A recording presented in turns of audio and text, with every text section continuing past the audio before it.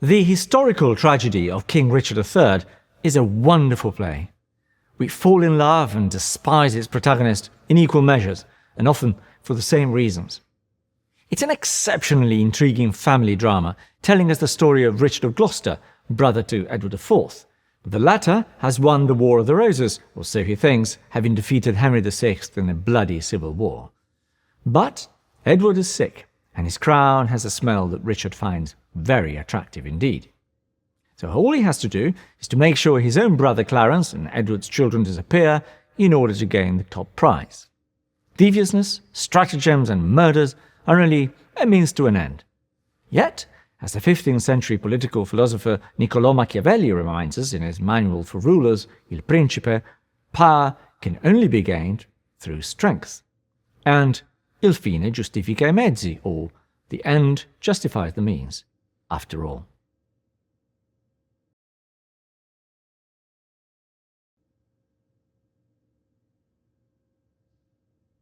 The opening of the play is deservedly one of the most famous in the whole Shakespearean canon. Richard immediately reveals himself to the audience so that we are left in no doubt as to whom we are dealing with. Now is the winter of our discontent made glorious summer, but there's son of York, and all the clouds that loud upon our house in the deep bosom of the ocean buried.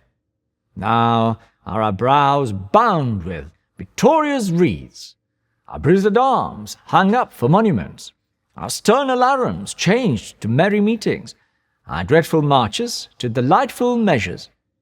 Grim-visaged war hath smoothed his wrinkled front, and now, instead of mounting barbed steeds to fright the souls of fearful adversaries, he capers nimbly in a lady's chamber to the lascivious pleasing of a lute.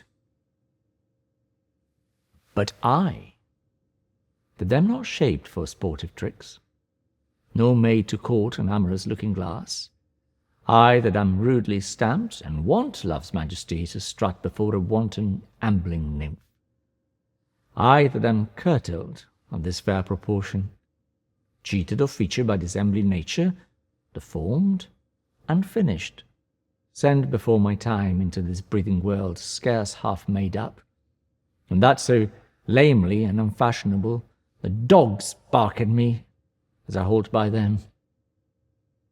Why, I, in this weak, piping time of peace, have no delight to pass away the time unless to spy my shadow in the sun and descant on my own deformity.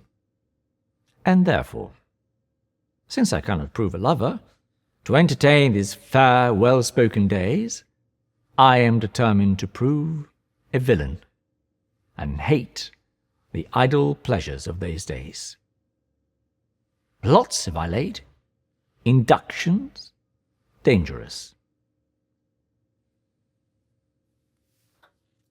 The speech begins with now. History is now. This tale, set hundreds of years ago, could be written today and for today. What Richard is doing is playing a very clever game with the audience. On the one hand, he's pretending to reveal himself absolutely. On the other, we sense he's a very dangerous animal to grapple with. He's a war hero, he's a rhetorician, he's a king in waiting, and he's a poet too. He talks about harmony and music, and Shakespeare was very keen to equal the idea of political harmony with music. In The Merchant of Venice, he tells us that the man that hath no music in himself, nor is not moved by concords of sweet sounds, is fit for treasons, stratagems, and spoils. Let no such man be trusted, we are told. Mark the music. Richard's music is one which is mellifluous and rather enchanting. We are spellbound by it, but it's a dangerous music, and one which will hypnotize us, so that he is able to bite us like the killer spider that he is. In fact, what the speech does also is take a turning point which is totally unexpected. But I, he tells us, that am not shaped for sportive tricks, nor made to court an amorous looking glass, I that am curtailed of this fair proportion, deformed, unfinished, sent before my time, are lines that, I suppose, are meant to ask for sympathy and pity. There's a mixture of pride and shame in Richard and in the way that he perceives himself. And then the end.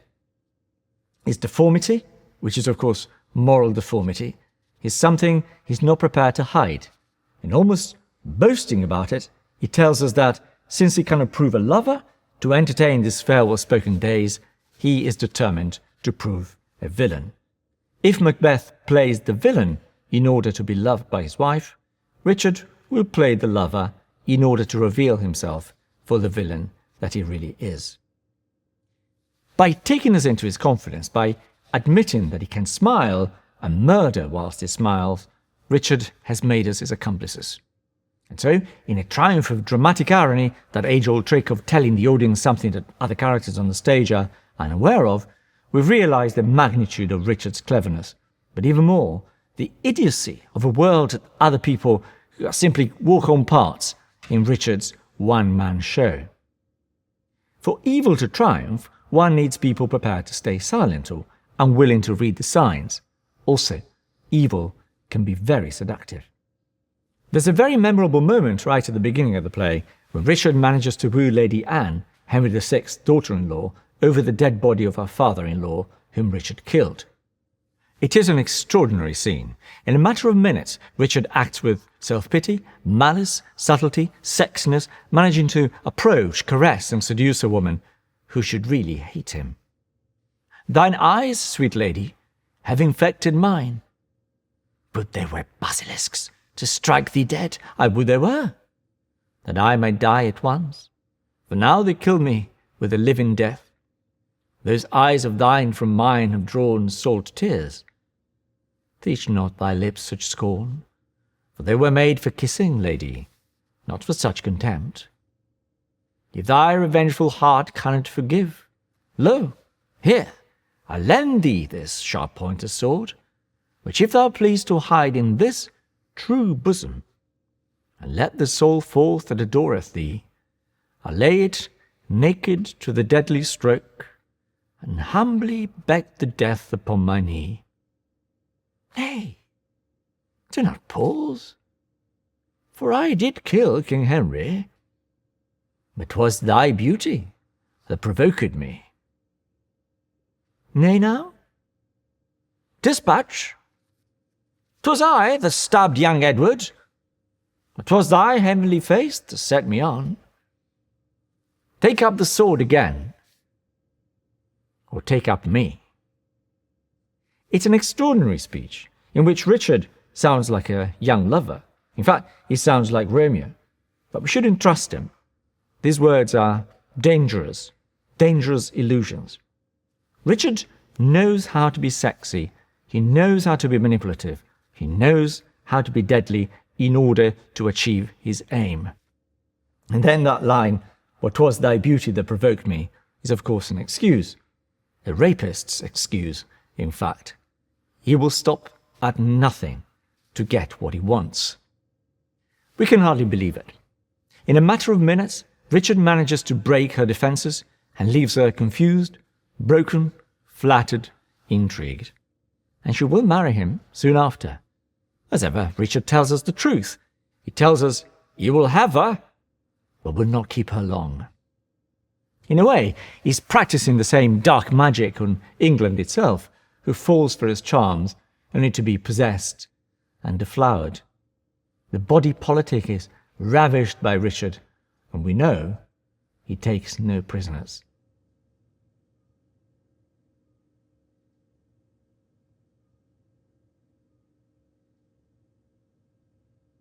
Now, it would be tempting to simply see Henry as the model king and Richard as the misshapen villain whose exterior reflects his moral turpitude.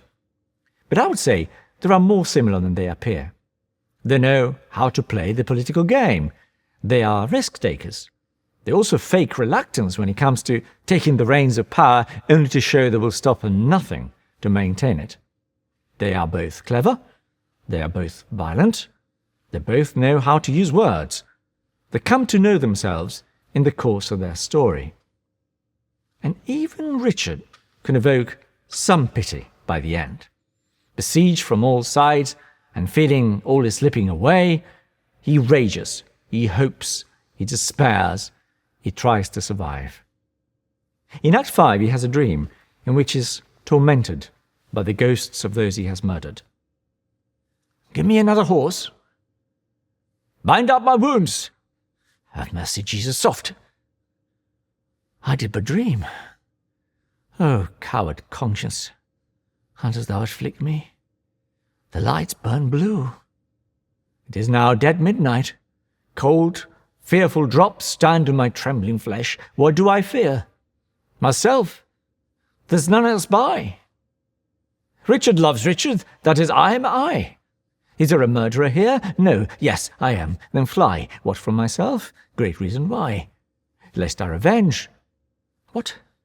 Myself upon myself? Like I love myself. Wherefore?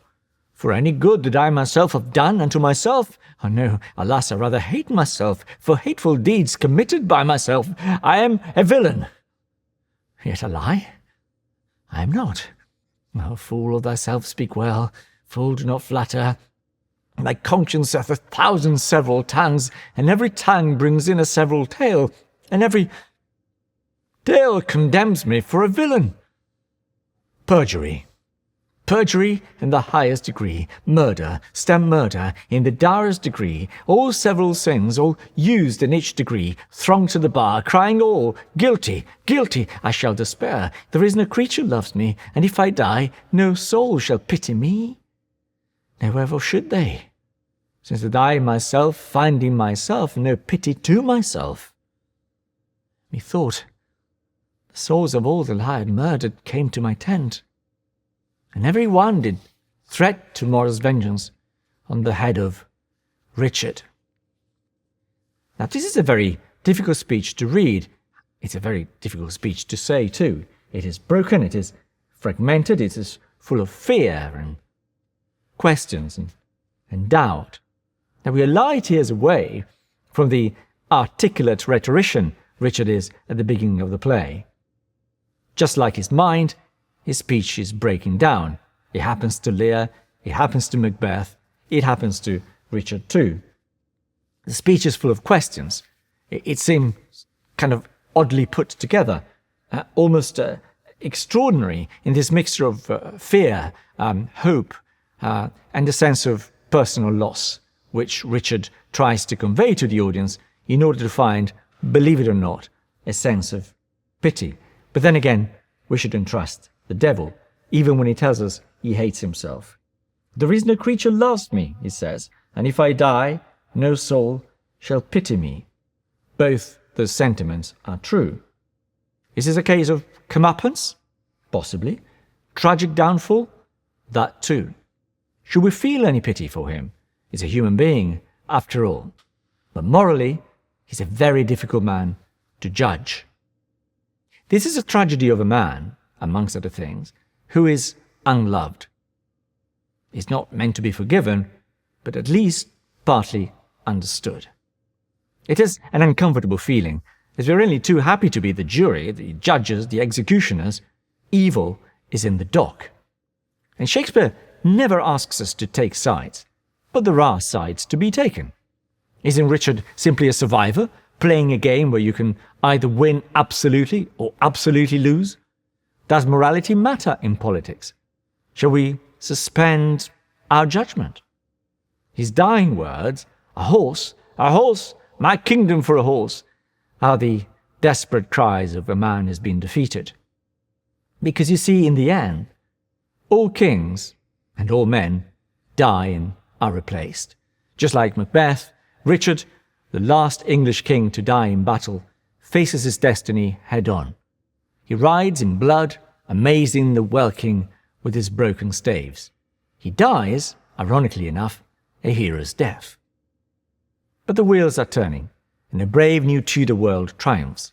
It is the Earl of Richmond's turn to wear the crown and play the part.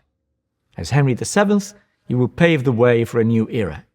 His granddaughter, Elizabeth, is on the throne as Shakespeare writes this play.